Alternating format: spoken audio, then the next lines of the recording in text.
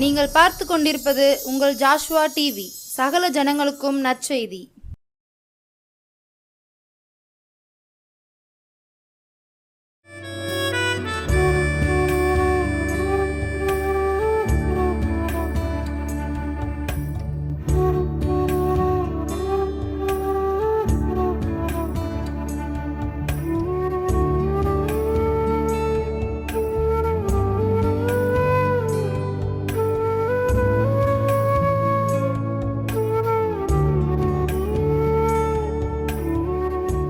ஆண்டவராக இயேசு கிறிஸ்துவின் நாமத்தினாலே இந்த நாளில் கர்த்தருடைய வார்த்தையை கொடுக்கும்படியா கர்த்தர் எனக்கு வாய்ப்பு கொடுத்ததற்காக நான் நன்றி செலுத்துகிறேன். உண்மையான ஜோஸ்வா டிவி உண்மையான ஸ்தாபகர்களுக்கும் என் அப்பா ஆண்டவராக இயேசப்பாவுக்கும் ஸ்தாபன தலைவர்களுக்கும் நான் உங்கள் பார்க்கிற நேயர்களுக்கும் நான் வணக்கத்தை கூறிக்கொள்கிறேன். கர்த்தர் நம்மை ஆசீர்வதிப்பாராக. கர்த்தர் நம்மை ஆசீர்வதிக்கிற தெய்வம். நமக்கான சில நிபந்தனைகளை கொடுப்பார். நாம் அதை செய்ய செய்ய நாம் ஆண்டவருடைய கருத்திலிருந்து எல்லா பலனையும் பெற்றுக்கொள்வோம். ஒரு காரியம் நமக்கு அவர் செய்வார் என்றால் நமக்கு சில நிபந்தனைகளை தருவார். இப்படி செய்யணும் அப்படி. இந்த நாட்களில் கூட கர்த்தர் நம்மோடு கூட பேசுவாராக. கண்களை மூடி நாம் சுதிக்கலாம். பரலோக தந்தையே துதிக்கிறோம் அப்பா. ஆமாம் ஆண்டவரே, நீர் எங்களோடு பேசுகிறவர், எங்களை நிபந்தனைகளை தந்து இதை செய்ய வைத்து நீர் எங்களை நடத்துகிறவர், எங்களை ஆசீர்வதிக்கிறவர் அப்பா. நீர் வெறுமையாய் கைவிடுகிறதே தேவன் அல்ல ஆண்டவர். நீர் எங்களை விடுமையாய் விடுகிற தேவன் அல்ல. நீர் எங்களை நடத்தும்படியே நாங்கள் சுதிக்கிறோம். இயேசுவின் நாமத்தில் பிதாவே, ஆமென்.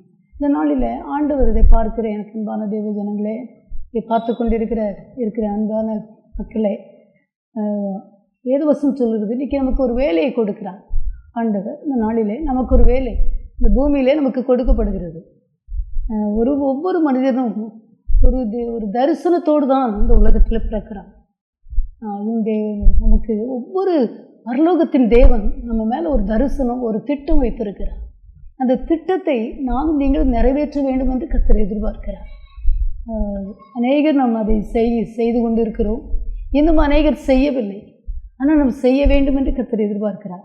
இன்றைக்கு ஆண்டவர் சொல்கிறாரு, மத்திய 20ஆம் அதிகாரம் 4ஆம் வசனத்தில், நீங்களும் திராட்சை தோட்டத்துக்கு போங்கள், நியாயமானபடி உங்களுக்கு கூலி கொடுப்பேன் என்றார்.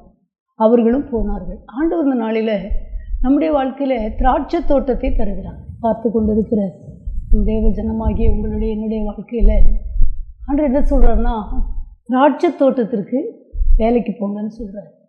நீங்களும் போங்க அப்படின்னு சொல்கிறார். இப்போ ஒவ்வொரு மனிதருக்கும் திராட்சை தோட்டம் என்பது ஒருவேளை நம்முடைய குடும்பம், நம்முடைய வேலைகள், நம்முடைய பிள்ளைகள் காரியங்கள், திருச்சபை, இது எல்லாமே திராட்சை தோட்டம்தான். அந்த தோட்டத்தை ஆண்டவர் நானும் நீங்களும் அதை பண்படுத்தி நம்ம கருத்தில் கொடுத்துருக்குறார். நம்ம இதை பார்த்து கொண்டிருக்கிற ஏதோ உலகத்தில் பிறந்தோம், நம்ம வாழ்ந்தோம், ஏதோ குடும்ப காரியங்களை கவனித்தோம் அப்படின்னு நீங்களும் நானும் அழைக்கப்படவில்லை. எல்லோரும் நல்லா புரிஞ்சுக்கோங்க. நமக்கு ஆண்டவர் திராட்சை தோட்டங்களை தந்திருக்கிறார். இதை நாம் செய்ய வேண்டும் என்று கர்த்தர் எதிர்பார்க்கிறார். நம்முடைய குடும்பம் ஒரு திராட்சை தோட்டம், நம்முடைய திருச்சபை ஒரு திராட்சை தோட்டம், நம்முடைய வேலை ஒரு திராட்சை தோட்டம். இதுதான் உண்மை. ஆண்டவர் இந்த நாளில் அந்த திராட்சை தோட்டத்தை நாம் பராமரிக்க வேண்டும் என்று எதிர்பார்க்கிறார். நீங்கள் பார்த்தீங்கன்னா ஆண்டவர் சொல்கிறாரு, கர்த்தருடைய வார்த்தை சொல்கிறது, திராட்சை தோட்டம் நம்முடைய குடும்பம். முதல்ல நம்முடைய குடும்பத்தை நாம் ரொம்ப பராமரிக்கிறவர்களாய், அதற்காய் செபிக்கிறவர்களாய், உத்தரவாதம் பண்ணுகிறவர்களாய் நானும் எங்களுக்கு காணப்பட வேண்டும். இன்றைக்கி உலகம் இருக்கிற சூழ்நிலையை பார்க்கும்போது ரொம்ப வித்தியாசமாக இருக்குது. எல்லாருக்குமே தெரியும், பாவம் நிறைந்து இருக்கிறது. யாருமே கண்ட்ரோல் பண்ண முடியவில்லை. சிறு பிள்ளைகளை கூட பேரண்ட்ஸ் கண்ட்ரோல் பண்ண முடியவில்லை. பல காரியங்கள் நடந்து கொண்டிருக்கு. ஆனால் எல்லாருமே தவித்து கொண்டு தான் இருக்கிறோம். ஆனால் ஆண்டவர் இந்த நாளிலே சொல்லுகிறார், உன் தோட்டம் பாதுகாக்கப்படணும்னா நீ என்ன செய்யணும், நம்ம என்ன செய்யணுங்கிறதை கர்த்தர் நமக்கு இந்த நாளிலே கற்றுக் கொடுக்க போகிறார். நானும் நீங்களும் அதை செய்ய வேண்டும் என்று கர்த்தர் எதிர்பார்க்கிறேன். பார்த்தீங்கன்னா உன்னத பாட்டின் புஸ்தகம் தோட்டத்தை நம்ம கருத்தில் தந்திருக்கார். ஒரு சிலர் நம்ம அழுத்து போயிருப்போம். என்னத்துக்கு இந்த உலகத்தில் பிறந்தோம், எதுக்கு நம்ம வாழ்கிறோம், எதுக்கு நம்ம ரட்சிக்கப்பட்டோம், எதுக்கு நம்ம சபைக்கு போகிறோம், எதுக்கு இந்த கஷ்டப்படுறோம் அப்படின்னு நம்ம நினைக்கிறோம்.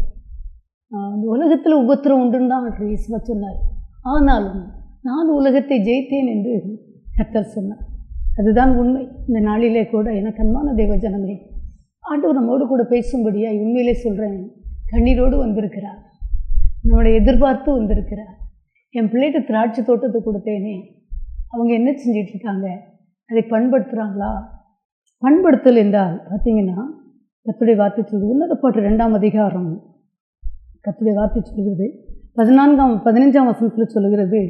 உன்னத பாட்டு 2ஆம் அதிகாரம் 15ஆம் வசனம் சொல்லுகிறது, திராட்சை தோட்டங்களை கெடுக்கிற குழிநரிகளையும் சிறு நரிகளையும் நமக்கு பிடியுங்கள், நம்முடைய திராட்சை தோட்டங்கள் பூவும் பிஞ்சுமாய் இருக்கிறதே என்று எழுதப்பட்டிருக்கிறது. இந்த நாளில் நம்முடைய கருத்தில் கொடுக்கப்பட்ட திராட்சை தோட்டம், அதான் நான் முதல்ல சொன்னேன், அது திருச்சபையாக இருக்கலாம், வேலைவாய்ப்பாக இருக்கலாம், பிள்ளைகள் காரியங்களாக இருக்கலாம், உங்கள் படிப்பாக இருக்கலாம், உங்கள் வேலையாக இருக்கலாம், எல்லாமே தோட்டம், திராட்சை தோட்டம். இதை அநேகர் நாம் அதை பராமரிப்பது இல்லை, அநேகர் அதை நம்ம இழந்து விடுகிறோம், உண்மைதான். ஆனால் இன்றைக்கி ஆண்டவர் சொல்கிறாரு, இந்த வசனம் சொல்லு, திராட்சை தோட்டங்களை கெடுக்கிற குழிநெறி. குழிநெறினா உள்ளேருந்தே பறித்து, கீழேருந்து பறித்து உள்ளே வந்துடும். நரி எப்படி வருதுன்னு தெரியாது, ஆனால் பிடிங்கி எரிஞ்சிடும், அழிச்சிடும்.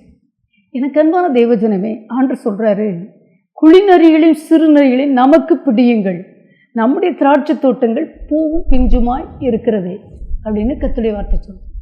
பூவும் பிஞ்சுமா இருக்கணும். இந்த பூவு, இந்த பிஞ்சை பிடுங்கியாச்சுன்னா, பூவை பிடுங்கியாச்சுன்னா, பூவை பிசாசு பறிச்சிட்டான்னா பிஞ்சு வருவதில்லை, காய் வருவதில்லை, பழம் வருவதில்லை, பலன் வருவதில்லை, ஆசீர்வாதம் வாங்குவதில்லை. இதைத்தான் அவன் நம்மை சூறையாடும்படியே நினைக்கிறான். இதை பார்த்து கொண்டு இருக்கிற எனக்கு அன்பான தேவஜனமே, ஆண்டவர் சொல்கிறாரு, உன் பிஞ்சு, உன் எல்லாம், உன் குடும்ப தோட்டம், உன் திராட்சை தோட்டம், உன் குடும்ப காரியங்கள், உன் பிள்ளைகள் காரியங்கள், ஊழியமாக இருக்கலாம். ஊழியம் ஒரு திராட்சை தோட்டம். நம்முடைய கரத்தில் ஒருவேளை நீங்கள் சிறு ஊழியம் செய்து கொண்டு இருக்கலாம், சுவிசேஷ ஊழியம் செய்து கொண்டு இருக்கலாம், ஜெப குழுக்கள் நடத்தி கொண்டு இருக்கலாம், ஒருவேளை நீங்கள் காணிக்க பிரித்து கொண்டு இருக்கலாம், ஏதோ ஒரு காரியத்தை கர்த்தருக்காக நீங்கள் செய்து கொண்டு இருக்கலாம். எல்லாமே ஊழியம்தான். ஆனால் இதை பறிக்கும்படியாய் சிறுநரி குழிநரி வேலை செய்கிறான். நம்ம என்ன செய்யணும்? ஆண்டவர் என்ன சொல்கிறாருன்னா, பார்த்தீங்கன்னா அந்த உன்னத பாட்டு 2ஆம் அதிகாரம் 10ஆம் வசனம் சொல்லுது, அவர் என்னோடே, என் நேசர் என்னோடே பேசி, என் பிரியமே நீ என் ரூபவதியே எழுந்து வா. ஆண்டவர் நமக்கு ஒரு அழைப்புக்கு ஒரு அறைகூவல் கொடுக்கிறார். இதை பார்க்கிற எனக்கு அன்பான தேவஜனமே, ஒரு அறைகூவல் கொடுக்கிறார். என்ன சொல்கிறாருன்னா, நீ எழும்பு, நீ எழும்பி நீ வா. இதோ பாருங்க, என் நேசர் என்னோடே பேசி, என் பிரியமே என் ரூபவதியே நீ எழுந்து வா. நீ எழும்பு, நீ ஒரு 4 மணிக்கெலாம் எழும்பிரு அப்படின்னு நம்மை பார்த்து ஆண்டவர் கூறுகிறார். என் பிரியமேன்னு கூப்பிடுறது. ரூபவதியே என்றால் என்ன தெரியுமா? எல்லாவற்றையும் கீழ்ப்படுகிறவள் என்று பொருள். அடிமை நான் நினச்சேன், ரூபவதினால் அழகுள்ளவங்களுக்கு தான் அது பெயர் போல அப்படின்னு நினச்சேன். ஆனால் நேசர் ஒரு நாள் சொன்னார், ரூபவதி என்றால் கர்த்தருடைய சத்தத்துக்கு கீழ்ப்படுகிறவர்கள், குடும்பத்திற்கும் கீழ்ப்படுகிறவர்கள் என்று கர்த்தர் பேசினார். இந்த நாளில் ஆண்டவர் சொல்கிறாரு, என்னோட பேசி நம்மளுக்கு உங்களுக்கு அழைப்பு கொடுக்கிறார், நம்மகிட்ட பேசுகிறாராம். பேசி என்ன சொல்கிறாருன்னா, எழுந்து வா. 12ஆம் வசனம் சொல்லு, இதோ 11ஆம் வசனம், இதோ மாரிக்காலம் சென்றது, மழை பெய்து ஒளிந்தது, பூமியிலே புஷ்பங்கள் காணப்படுகிறது, குருவிகள் பாடும் காலம் வந்தது, காட்டுப்புறாவின் சத்தம் நமது தேசத்தில் கேட்கப்படுகிறது. எல்லாம் அதனதின் வேலை செய்கிறது. மறுபடியும் சொல்கிறாரு, எல்லாம் அதன்னு வேலை செய்யுது, பூ பூக்குது, அது வாசனை வீசுகிறது, எல்லாம் அதன் காட்டுப்புற சத்தம் கேட்கு, குருவி விடுதுன்னு சொல்லி பாடுது, காக்கா கூவுது, எல்லா வேலையும் அதன் பறவைகளெல்லாம் அந்த வேலை செய்யுது. ஆண்டவர் சொல்கிறாரு, பார்த்தீங்கன்னா 14ஆம் வசனம், கண்மலையின் வெடிப்புகளிலும் சிகரங்களின் மறைவிடங்களிலும் தங்குகிற என் புறாவே, உன் முகரூபத்தை எனக்கு காண்பி, உன் சத்தத்தை நான் கேட்கட்டும், உன் சத்தம் இன்பமும் உன் முகரூபம் அழகுமாய் இருக்கிறது என்று கர்த்தருடைய வார்த்தை சொல்கிறது. ஆண்டவர் சொல்கிறாரு, உன் சத்தத்தை நான் கேட்க வர்றேன், உன் இன்ப சத்தத்தை கேட்க வர்றேன், உன் ஒர்ஷிப்பை கேட்க வர்றேன், உன் விண்ணப்பத்தை நான் கேட்க வர்றேன், நீ நன்றி செலுத்துவதை கேட்க வர்றேன். நீ என்ன செய்கிற? எழும்பி வா. மறுபடியும் அதில் சொல்கிறார் பாருங்களேன், இந்த 13ஆம் வசனத்தில் எல்லாம் வாசனை வீசுகிறது. கடைசியில் என் பிரியமே, என் ரூபவதியே, நீ எழுந்து வா. மறுபடியும் அழைப்பு கொடுக்கிறார். 2வது முறை கூப்பிட்டார் என்றால் நம்மோடு கூட அவர் மறுபடியும் சொல்லுகிறார், வாமா எழும்பு. இதுவரைக்கும் நீ தூங்கிட்ட, இதுவரைக்கும் நான் காட்டு நாட்களெல்லாம் கடந்து போய் விட்டது. ஒரு பாருங்க, நாட்கள் அவ்வளோ வேகமாய் ஓடுகிறது, வேகமாய் ஓடுகிறது. ஆனால் நாம் எதற்கு நம்முடைய குடும்பத்தை நாம் பராமரித்திருக்கிறோமா? நம்முடைய தோட்டத்தை பராமரித்திருக்கிறோமா? நம்முடைய பிள்ளைகளை பிசாசு பறிக்கும்படியாய், தொழில்துறைகளை பறிக்கும்படியாய், ஊழியங்களை பறிக்கும்படியாய், பல விதத்தில் நஷ்டப்படுத்தும்படியாய் பாருங்கள். நீங்கள் நம்ம யோசித்து பாருங்கள். வெளியே சொல்ல முடியவில்லை தேவ ஜனங்களுக்கானாலும், யார் நீங்கள் இதை பார்த்து கொண்டு யாராக இருந்தாலும் ஒருவேளை யாருக்குமே சொல்ல முடியவில்லை, தன்னுடைய நஷ்டங்களை வெளியே பேச முடியவில்லை, தன்னுடைய கஷ்டங்களை யாரும் சொல்ல முடியவில்லை. ஆனால் ஆண்டவர் சொல்கிறாரு, நீ வா, உன் சத்தத்தை கேட்க நான் வர்றேன். நீ தூங்காதே, தூங்கினால் எதிரி களை விதைப்பான். எனக்கு அன்பான தேவஜனமே, இன்னைக்கு ஆண்டவர் சொல்கிறாரு, 3-4 மணிக்கு மேலே நீங்கள் நம்ம தூங்கக்கூடாது. தயவுசெய்து நான் உங்கள்கிட்ட ஒரு தாழ்மையாக கேட்கேன். ஒருவேளை அநேகர் நம்ம நினைப்போம், எனக்கு பலவீனம் இருக்குது அப்படின்னு சொல்லி நம்ம நிறைய சாக்கு போக்கு சொல்லுவோம். ஆனால் நம்முடைய காரியங்களை செய்யாமல் இருக்கிறோமா? கட்டாயம் நீங்கள் 4 மணிக்கு எழும்பி ஆண்டவர் சமூகத்தில், ஆண்டவரை, இந்த குழி நரி, இந்த சிறு நரி, பிசாசு எங்கள் எல்லைகளுக்குள் வரக்கூடாது, எங்கள் பிள்ளைகளுக்குள் படிப்புக்குள் வரக்கூடாது, உடைய திருமண வாழ்க்கையில் வரக்கூடாது, உடைய எதிர்காலத்துக்குள் வரக்கூடாது, ஜெப வாழ்க்கைக்குள் வரக்கூடாது, பரிசுத்தத்துக்குள் வரக்கூடாது. ஆண்டவரே, எங்கள் பிள்ளைகள் பாதுகாப்புக்குள்ளே வந்துடக்கூடாது, எங்கள் பிள்ளையுடைய பிரயாணங்களில் அவன் வந்துடக்கூடாது, அவன் சூறையாடி விடக்கூடாது, எங்கள் வருமானத்தில் வந்துடக்கூடாது. எனக்கு அன்பான தேவஜனமே, ஆண்டவர் இந்த நாளிலே உங்களுக்கு அறைகோல் மறுபடியும் சொல்லுகிறார், எழுந்து வா, தூங்காது. ஒரு வசனம் சொல்லுகிறது பார்த்தீங்கன்னா, கர்த்தருடைய வார்த்தை சொல்லுகிறது, மத்தேயு 13ஆம் அதிகாரத்தில், மத்தேயு 13ஆம் அதிகாரத்தில் அப்படி ஒரு கர்த்தருடைய வார்த்தை சொல்லுது, நம்ம தூங்கும்போது பார்த்தீங்கன்னா பிசாசு விதையை விதைச்சிட்டு போடுறான், விதையை விதைச்சிட்டு போயிடுறான். மத்தேயு 13ஆம் அதிகாரம். நம்ம இந்த நாளில் நம்ம அநேக நாள் தூங்கிட்டோம், இனி தூங்கக்கூடாது. நீ தூங்கினா எதிரி களை விதைப்பா, ஜெபிக்க மறந்தா எதிரி ஜெயம் எடுப்பான். அவன் ஜெயம் எடுத்துருவானா? தூங்காமல் ஜெபிக்கும் வரும் தாங்கப்பா, விழித்திருந்து ஜெபிக்கும் வரும் தாங்கப்பா, தூங்காமல் ஜெபிக்கும் வரும் தாங்கப்பா. அவங்களை போல நம்ம சிறையில் ஜெபிக்கணும் தேவ பிள்ளை. என்னென்ன ஒரு நம்ம இன்னைக்கு அநேகமாக நம்ம என்ன செய்கிறோம்னா, அநேக நிதானத்தை இழந்துட்டோம். ஆமாம், சாக்கு போக்க சொல்லி அப்படியே நம்ம தூங்கிடுவோம். வசனம் சொல்லுது பாருங்களேன், மத்தேயு 13ஆம் அதிகாரம் 25ஆம் வசனம் சொல்லுது, மனுஷர் நித்திரை பண்ணுகையில் அவனுடைய சத்துரு கோதுமைகளுக்குள் களைகளை விதைத்து விட்டு போகிறான். அவன் களையில் விதைச்சிட்டு போகிறான். நம்ம எழும்பு முன்ன குளிநெறி சிறுநெறி வரிச்சிடுறான். அன்றைக்கு சொல்கிறாரு, என் பிரியமே, நீ எழுந்து வா, நீ செபிக்க எழுந்து வா, ஓடி வா. உன் குடும்பத்தை, உன் ஊழியத்தை, ஒருவேளை நீங்கள் இன்னைக்கு அபிஷேகத்தை இழந்து நிற்கிறீங்களா? அந்நிய பாஷை இழந்து நிற்கிறீங்களா? ஆவியானுடைய வழிநடத்தலை இழந்து நிற்கிறீங்களா? ஒருவேளை செபிக்க முடியாமல் தவிச்சிட்டு இருக்கீங்களா? எல்லாம் அவன் பறிச்சு கொண்டு போயிடறான். ஏன் தெரியுமா? அவனுக்கு நம்முடைய வாழ்க்கையில் ஆவியானுடைய வழிநடத்தலோடு ஓடி பரலோகம் போவதற்கு அவ்வளோ தடை பண்ணுறான். பார்த்தீங்கன்னா கர்த்தருடைய வார்த்தை சொல்லுது, ஏசாயா தீர்க்கதரிசியின் புஸ்தகத்தில் பார்த்தீங்கன்னா, நம்ம அப்படிலாம் செபிக்கணும் தேவ பிள்ளைகளை. நம்ம அநேக முறையில் நம்ம இழந்துட்டு நம்ம தவிக்கிறோம். ஆனால் ஆண்டவராக இயேசுபா சொல்றாரு, இழந்து போனதை தேடவும் ரட்சிக்கவும் வந்தேன் என்று இயேசுபா சொன்னாங்க. இன்னைக்கு ஆண்டவர்கிட்ட கேளுங்க, ஆண்டவரே, என் குடும்பத்தில் சிறுநெறி அழிச்சிட்டான் ஐயா, நான் இழந்து நிற்கிறேன், என் ஜெப வாழ்க்கையை இழந்து நிற்கிறேன், நீங்கள் ஜெபம் பண்ணுங்க. பார்த்தீங்கன்னா ஏசாயா 9ஆம் அதிகாரம் 7ஆம் வசனத்தில் அப்படி எழுதியிருக்கிறது. தாவீதின் சிங்காசனத்தையும் அவருடைய ராஜ்யத்தையும் அவர் திடப்படுத்தி, நீங்கள் நம்ம அப்படி ஜெபிக்கணும். ஆண்டவரை திடப்படுத்துங்கப்பா. எல்லாருடைய ஆவிக்குரிய வாழ்க்கை, குடும்ப வாழ்க்கை, தொழில்துறைகள், ஊழியங்கள் எல்லாவற்றிலும் ஆண்டவரை நீங்கள் திட்டப்படுத்துங்கப்பா. ஸ்ட்ராங்காக்குங்க ஆண்டவரை. நீங்கள் அப்படி ஜெபிக்கணும். கர்த்தர் அப்படி சொல்லுகிறார். எனக்கு அன்பான தேவ ஜனமே, இதெல்லாம் நம்ம ஜெபிக்காமல் தான் அநேக முறை இழந்த பிறகு நாம் அழுகிறோம். நாம் வருமுன் ஒரு உலக பிரகாரமாக கூட சொல்கிறாங்க, வருமுன் காப்பவன் அறிவாளி என்று. நம்ம என்ன செய்யணும்? இன்னைக்கு ஆண்டவர்கிட்ட ஜெபம் பண்ணுவோம். எஸ்ப்பா, நான் இது வரைக்கும் தூங்கிட்டேன், என்னை மன்னிச்சிருங்கப்பா, என்னை மன்னிச்சிருங்க. நான் கேர்லெஸ்ஸாக இருந்துட்டேன்.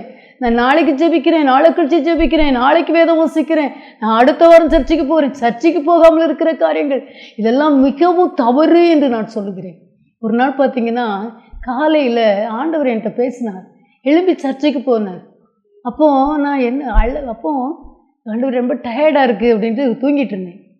அழகாய் நிற்கும் யார் இவர்கள், திரளாய் நிற்கும் யார் இவர்கள், இந்த பாடல் பாடுது. அப்போ என் மடி இயேசுவா என்ன இந்த பாட்டு பாடுது அப்படின்னு நான் யோசித்து எந்திரிச்சிட்டேன்.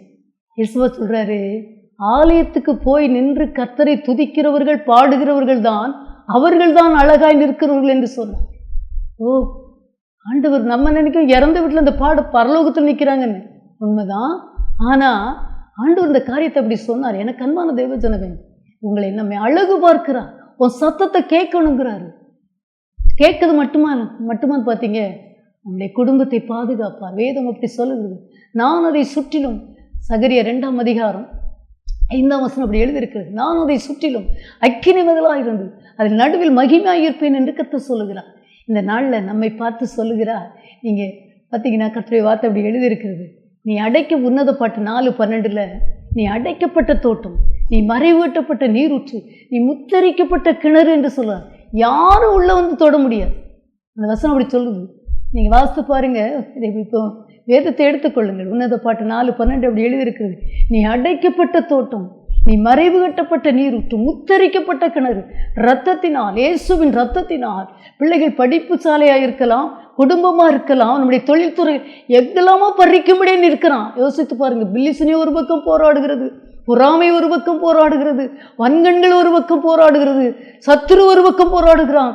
எல்லாவற்றையும் ஜெயிக்கணும்னா நாம் கர்த்தருடைய பாதத்தை பிடித்து, இயேசுப்பா எல்லா கிரியைகளுக்கும் எங்களை விலைக்கு பாதுகாத்துக் கொள்ளும்னு நம் அதிகாலையிலே எழும்பி அவர் நம்ம சத்தத்தை கேட்க, அவர் சத்தத்தை நாம் கேட்கும்போது எல்லாவற்றிலும் பாதுகாப்பு தருவார். நீ அடைக்கப்பட்ட தோட்டம், நீ மறைவு கட்டப்பட்ட நீரூற்று, முத்தரிக்கப்பட்ட கிணறுன்னு சொல்றாரு. ஒருவர் கூட நம்மை தொட முடியாது. கர்த்தர் அப்படிப்பட்ட கிருபை இன்னைக்கு தரப்போகிறார். தெய்வ பிள்ளையே, ஆண்டவர்கிட்ட சொல்லுங்க, உந்தன் ஏக்கம் விருப்பமெல்லாம் என் இதய துடிப்பாக மாற்றும். உந்தன் ஏக்கம் விருப்பமெல்லாம் என் இதய துடிப்பாக மாற்றும். என் ஜீவ நாட்களெல்லாம் ஜெப வீரன் என்று எழுதும். ஆண்டவர்கிட்ட சொல்லுங்க, என் ஜீவ நாட்கள்லாம் என்னை ஜெப வீரனாக எழுதுங்கப்பா. ஒரு ஜெப வீரன் தோல்வி அடைய முடியாது தேவ பிள்ளையே. தோல்வி வருவது போல இருக்கும், அதெல்லாம் ஜெயமாய் மாறும். பரிசுத்தவான்களெல்லாம் ஜெபித்து ஜெபித்து ஜெபித்து வெற்றியை பார்த்தார்கள். பவுல் சொல்றாரு, ஓ நல்ல போராட்டத்தை போராடினேன், ஓட்டத்தை முடித்தேன், விசுவாசத்தை காத்துக்கொண்டேன், இது முதல் நீதியின் கிரீடம் எனக்கு வைக்கப்பட்டிருக்கிறது என்று சொல்ல. வெற்றியின் நடை, வெற்றியின் ஓட்டம், வெற்றியின் வார்த்தை, ஜீவ வார்த்தை தேவ பிள்ளைகள் கர்த்தர் இன்னைக்கு சொல்றார். அப்படிப்பட்ட வெற்றி வாழ்க்கையை தேவ ஜனங்களாகிய இதை பார்த்து கொண்டிருக்கிற ஒவ்வொரு மேலையும் அப்படிப்பட்ட கிருபையை தரப்போகிறார். அன்று சொல்லுங்க, என்னை ஜெப வீரன் என்று என் பிள்ளைகள் நீட்டில் அடையாளம் போடுங்கப்பா. என் பிள்ளைங்க ஜெபிக்க மாட்டேங்குது, என் கணவர் ஜெபிப்பதில்லை, என் மனைவி ஜெபிப்பதில்லை, ஐயோ பல விதத்தில் பாதிக்கப்படுகிறோம் என்று நாம் அழுவோமானால், தேவ சமூகத்தில் அழுகிறவர்கள் மனுஷனுக்கு முன்னே அழவே வேண்டாம், எல்லாவற்றையும் அவர் பார்த்து கொள்வார். இன்றைக்கு சொல்றாரு, நீ அடைக்கப்பட்ட தோட்டம், நீ மறைவு கட்டப்பட்ட நீரூற்று, முத்தரிக்கப்பட்ட கிணறு. ஏசாயா 27:3 என்ன சொல்லுது தெரியுமா? கர்த்தராகி நான் அதை காப்பாற்றி அடிக்கடி தண்ணீர் வாய்த்து ஒருவரும் சேதப்படுத்தாது அப்படி இரவு காத்துக்கொள்வேன்னு சொல்றாரு. இன்னைக்கு ஆண்டவர் சொல்றாரு, உன் தொழில் துறைகள் நீ எதற்கெல்லாம் இதெல்லாம் உடஞ்சிருமோ என்று நினைச்சு நீங்க நிற்கலாம். கர்த்தனைக்கு சொல்றாரு, உங்களை பார்த்து கத்த சொல்லுகிறார், ரீமான சந்தரபு கலவா, அடைக்கப்பட்ட தோட்டமாய், மறைவுகட்டப்பட்ட நீரூற்றாய், முத்தரிக்கப்பட்ட கிணறாய் உங்களை நடத்துவேன் என்று கத்த சொல்கிறார். ஒருவேளை பாதிக்கப்பட்டிருக்கீங்களா? பாதுகாப்பின் வல்லமை, கர்த்தருடைய மகிமை நம்முடைய குடும்பங்களை நாம் செபிக்கும் போது கர்த்தருடைய வல்லமை எல்லாரையும் மூடி பாதுகாக்கும். இரண்டாவது ஒரு காரியத்தை ஆண்டவர் சொல்லுகிறார், நமக்கு அப்படி நடத்த போகிறார். கர்த்தர் தீர்க்க தரிசனம் இது நம்முடைய வாழ்க்கையில நிறைவேறும். நாம் செபிக்க ஆண்டவருடைய திராட்சை தோட்டத்திற்கு பரிசுத்த ஆவியானவர் தண்ணீரை பாய்ச்சுவார். வார்த்தை என்னும் மன்னாவினால் நம்முடைய இடங்களை நிரப்புவார், கனியினால் நிரப்புவார். இன்னும் ஒரு வசனம் சொல்றது பார்த்தீங்கன்னா, ஏசாயா 5ஆம் அதிகாரம் 2ஆம் வசனத்தை பார்த்தீங்கன்னா, ஏசாயா 5ஆம் அதிகாரம் 2ஆம் வசனத்தில் கர்த்தருடைய வார்த்தை சொல்லுகிறது, அவர் அதை வேலி அடைத்து அதில் உள்ள கற்களை பொறுக்கி அதிலே நற்குல திராட்சை செடிகளை நட்டு அதன் நடுவில் ஒரு கோபுரத்தை கட்டி அதன் ஆலையை உண்டு பண்ணி அது நல்ல திராட்சை பழங்களை தரும் என்று காத்திருந்தார். அதுவோ கசப்பான பழங்களை தந்தது. பாருங்க, தீர்க்கன் மூலமாய் கர்த்தருடைய வார்த்தை சொல்லுகிறது. நல்ல பழம் ஆண்டவர் சொல்றாரு, நல்ல பழத்துக்காக உங்களை என்னையும் தோட்டத்தில் நட்டியிருக்கிறார், திருச்சபையில் நட்டியிருக்கிறார், குடும்பத்தில் நட்டியிருக்கிறார். ஆனால் நம்ம என்ன செய்தோமா? கசப்பின் கனியை கொடுத்துக்கிட்டு இருக்கோம். கசப்பின் கனியை. எனக்கு அன்பான தேவஜனமே, ஆண்டவர்கிட்ட இன்னைக்கு சொல்ல போகிறோம். ஒருவேளை வேதத்தில் நம்ம நிறைய செய்தி கேட்டிருக்கோம். நல்ல கனி கூடாத மரம் எல்லாம் வெட்டுண்டு அக்கினியிலே போடப்படும் என்று கர்த்தருடைய வார்த்தை எழுதியிருக்கிறது. இன்றைக்கு ஆண்டவரே, நான் கசப்பின் கனியை கொடுக்குறேனா? மற்றவங்க மேலே எனக்கு கசப்பு இருக்கா, வெறுப்பு இருக்கா? ஒருவேளை கணவர் மேலே இருக்குதா? பக்கத்து வீட்டுக்காரங்க அப்படி நினச்சி நான் கசப்போடு இருந்துகிட்டு இருக்கேனா? நான் எந்த கனியை, கசப்பின் கனியை கொடுத்துட்டு இருக்கேன்? என்னை முற்றிலும் நற்குல. பாருங்க, அந்த வசனம் அப்படி அழகாக எழுதியிருக்கு. ஆண்டவர் சொல்றாரு, நல்ல திராட்சை பழங்களை தரும் என்று காத்திருந்தார், அதுவோ கசப்பான பழங்களை தந்ததன் அப்படி என்று கர்த்தருடைய வார்த்தை சொல்லுது. எனக்கு அன்பான தேவஜனமே, இன்னும் ஒரு வசனம் பார்த்தீங்கன்னா, எரேமியா தீர்க்கதரிசியின் புஸ்தகம் 2ஆம் அதிகாரம் 21ஆம் வசனம் எழுதியிருக்கிறது. நான் உன்னை முற்றிலும் நற்கனி தரும் உயர்குல திராட்சை செடியாக நாட்டினேன், நீ எனக்கு காட்டு திராட்சை செடியின் ஆகாத கொடிகளாய் மாறிப்போனது என்ன? பாருங்க, உங்களையும் என்னையும் எப்படி வசனம் சொல்லுது? நான் உன்னை முற்றிலும் நற்கனி தரும் உயர்குல திராட்சை செடி. நற்கனி தரும் உயர்குல. எப்போ? விசேஷமான கனி, விசேஷமான ஃபேமிலி, விசேஷமான சகோதரி, விசேஷமான சகோதரன், விசேஷமான வாலிபன் அப்படின்னு உங்களையும் என்னையும் ஆண்டவர் பிரத்யேகமா ஸ்பெஷலாக வச்சிருக்காராம். நற்குல அழகாக இருப்பாருங்க. திராட்சை செடி உயர்தரும் உயர்குல திராட்சை செடியாக நாட்டினேன், நீ எனக்கு காட்டு திராட்சை செடியின் ஆகாத கொடிகளாய் மாறி போனதுன்னு. மாறி போயிட்ட. நீ ஒரு நாள் கனி கொடுத்த, நீ ஒரு நாள் செபிச்ச, நீ ஒரு நாள் ஊழியத்தை செஞ்ச, நீ ஒரு நாள் குடும்பத்துக்கு சாட்சியாக இருந்த, நீ ஒரு நாள் குடும்பத்தில் ஒருவேளை நீ அநேகருக்கு கண்ணீரோடு ஜெபிச்சு அநேகருடைய கசப்புகளை எல்லாம் மாற்றின. உன் கசப்பு மாறினது. இன்னைக்கு நீ எப்படி இருக்கிற என்று கர்த்தர் உங்களை என்னை பார்த்து கேட்கிறார். அவற்றை மனம் திரும்புமா? என்ன நற்குல கனிதரும் திராட்சை செடியா என்னை நட்டிருக்கீங்கப்பா. நான் எப்படி இருக்கேன்? நான் இன்னைக்கு எப்படி இருக்கேன்? என்னை மன்னிங்கன்னு கேளுங்க. ஒரு வசனத்தை மட்டும் வாசித்து முடிக்கலாம். ஏசாயா 1ஆம் அதிகாரம் 8ஆம் வசனம் என்ன சொல்லுது தெரியுமா? ஏசாயா, இதெல்லாம் எடுத்து வாசிங்க. என்ன? ஏசாயா 1ஆம் அதிகாரம் 8ஆம் வசனம், சீயோன் குமாரத்தி திராட்சை தோட்டத்தில் ஒரு குச்சி போல அப்படின்னு எழுதியிருக்கு. நீங்களும் நானும் யாரா? சீயோன் குமாரத்தி திராட்சை தோட்டத்தில் குச்சி எதுக்காகும்? குச்சி யூஸே ஆகாது. குச்சி மற்றவங்களை வேதனைப்படுத்தும், குத்தும். ரெண்டாவது அது என்ன செய்யும்னா, குச்சி குப்பையில் பெருக்கி அள்ளி தூர தான் போடுவோம். ஆண்டவர் சொல்றாரு, நம்ம அப்படி இருக்கோமா? என்ன நற்குல, நான் திராட்சை தோட்டத்தை பராமரித்து அதில் இருக்கிற நான் உயர்தரும் உயர்ந்த கனிதருகிற மரமாக, நீர் விரும்புகிற நற்குல சாட்சியின் கனியாக நான் வாழணும் ஆண்டவரே. நான் கனிதருகிற மரமாய் ஐயா, நாங்கள் அநேகர் விரும்பத்தக்கதாய் அப்படிப்பட்ட கிருபை எனக்கு தாரும் என்று கேட்பீர்களா? ஒரு வசனம் சொல்லுது, சங்கீதம் 107 பாருங்க, திராட்சை தோட்டத்தை நாட்டி அந்த கனி புசிப்பார்கள். புசிப்பது மட்டுமல்லையா, அது நல்ல வரத்து, நல்ல பலனை தருமா. அந்த கனிகளை உங்களை வச்சு குடும்பத்துக்கு நம்மை வைத்து குடும்பத்திற்கு ஆசீர்வாதம், திருச்சபைக்கு ஆசீர்வாதம், தேசத்திற்கு ஆசீர்வாதம், நம்முடைய பிள்ளைகளுக்கு நம்ம ஆசீர்வாதம். நாம் அப்படி மாறுவோமா? அந்த 107 வாசித்து பாருங்கள். அந்த வசனம் அப்படி எழுதியிருக்கு. கடைசி வசனத்துக்கு 4 அந்த வசனத்தில் ஒருவேளை இந்த கர்த்தருடைய வார்த்தை அப்படி இருக்குது. நல்ல அந்த பார்த்திங்கன்னா ரொம்ப ஆச்சரியமாக இருக்கும். அப்படி எழுதியிருக்கு பாருங்கள். 107 சங்கீதத்தில் எழுதியிருக்கு. நல்ல வயல்களை 37 வசனம், வயல்களை உண்டாக்கி விதைத்து திராட்சை தோட்டங்களை நாட்டுகிறார்கள். அப்படி என்ன அழகாக எழுதியிருக்கு பாருங்களேன். வயல்களை உண்டாக்கி விதைத்து திராட்சை தோட்டங்களை நாட்டுகிறார்கள், அவைகள் வரத்துள்ள பலனை தரும். அப்படிப்பட்ட பிளஸ்ஸிங்கு. ஏதோ வாழ்ந்தேன் போனேன், எதுக்கு தான் பிறந்தேன் அப்படி நம்ம கிறிஸ்தவர் விசுவாசிகள் கூட அப்படி சொல்கிறோம், ஊழியர்கள் கூட அப்படி பேசுகிறோம். எல்லாரையும் கர்த்தர் மன்னிக்கும்படியா, ஆண்டவரே நான் திராட்சை குச்சி இல்லைப்பா, நான் சீயோன் குமாரத்தி, நான் திராட்சை தோட்டத்தில் நான் வரத்துள்ள பலனை கொடுக்கணும் ஐயா. அப்படி நம்ம ஜெபிப்போமா? ஒரு பக்தன் அப்படி பாடுறாரு பாருங்களேன். நற்கனி தேடி வரும் காலங்கள் அல்லவோ, நான் ஒரு கனியற்ற பாழ்மரம் அல்லவோ, மூர்க்கனி முகம் காணா வெம்பயிர் அல்லவோ, முழு நெஞ்சம் விளைவற்ற உவர் நல்லம் அல்லவோ, ஆவியை அருளும் மே சுவாமி எனக்காய் உயிர் கொடுத்த வானத்தின் அரசே. நமக்காக ஜீவனையே கொடுத்து நமக்கு திராட்சை தோட்டங்களை தந்து ஒரு நல்ல பணியை கொடுத்துருக்கிறார். ஒருவேளை நீங்கள் ஆசிரிய பணி செய்து கொண்டிருக்கலாம், உயர்ந்த பணி செய்து கொண்டிருக்கலாம், ஒருவேளை நீங்கள் பல அதிகாரத்தில் நீங்கள் இருக்கலாம். அந்த எல்லா தோட்டங்களையும் கர்த்தர் கொடுத்த உங்களுடைய கரத்திலே கொடுத்த தோட்டத்தை சரியாய் பண்படுத்துங்கள், செபியுங்கள். அதிகாலையிலே உங்கள் சத்தத்தை அவர் கேட்கணும், அவர் சத்தத்தை நம்ம கேட்கணும். குளிநரி சிறுநரி பறித்து போட்ட பிறகு அழுது பயனில்லை. ஆண்டவர் பாதுகாக்க வேண்டுமானார் ஆண்டவரை கெஞ்சி செபித்து வொர்ஷிப் பண்ணி பாடி ஆராதித்து வேதம் வாசித்து இதெல்லாம் காலையிலே முடிச்சிடணும். பகலில் ஜெபிக்கிறது வேற.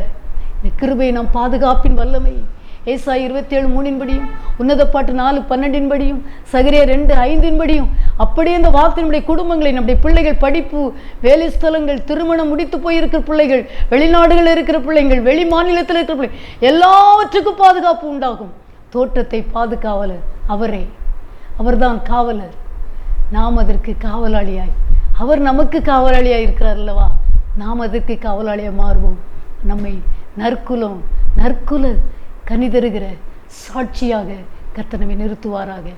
அப்படிப்பட்ட கிருபையை உங்கள் மேலே என் மேலே வைப்பாராக. தெய்வ பிள்ளையே, உயர்ந்த கனிதர்.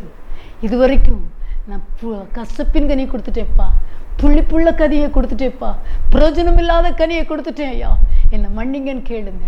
எல்லாரும் கண்களை மூடி நற்கனி தேடி வருகிறார். எதற்காக? அவர் விரும்பத்தக்க, அவர் சாப்பிடும்படியாய், அநேகர் விரும்பத்தக்கதாய், குடும்பத்துக்கு ஆசீர்வாதமாய், வரத்துள்ள பலனை கொடுக்கும்படியாய், பரலோகத்துக்கு சாட்சியாய் வாழ்ந்தால் மட்டும்தான் பரலோகத்துக்கு போக முடியும். Thank you Holy Spirit. அன்றைட்டு ஜெபிப்பீர்கள். ஆண்டவரே உமக்கு நன்றி அப்பா, நான் அநேக நேரம் நான் தூங்கிட்டேன், ஆண்டவரே என்னை மன்னிச்சிருங்கப்பா, என் குடும்பத்தையே மறந்துட்டேன், சும்மா கவலைப்பட்டுட்டே இருந்துட்டேன். சொல்லுங்க, கவலையை பிசாசு கொடுத்து யாத்திராம 6ஆம் அதிகாரத்தில் எழுதப்பட்டவனை சுமையை சுமக்க வச்சுட்டு, பிரச்சனையை சுமக்க வச்சுட்டு அவன் பாட்டில் போயிடுவான். நாம் அதையெல்லாம் தூக்கி தூர போட்டுட்டு கர்த்தரை மாத்திரம் அண்டிக் கொள்வோம். அவருடைய சத்தத்தை கேட்போம். உங்கள் சத்தத்தை கேட்க அவர் வருகிறார்.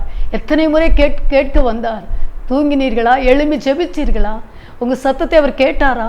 பேசினாரா? நீங்கள் பேசுனீங்களா? தெய்வ பிள்ளையே, கொஞ்சம் உயிர்த்து பாருங்க.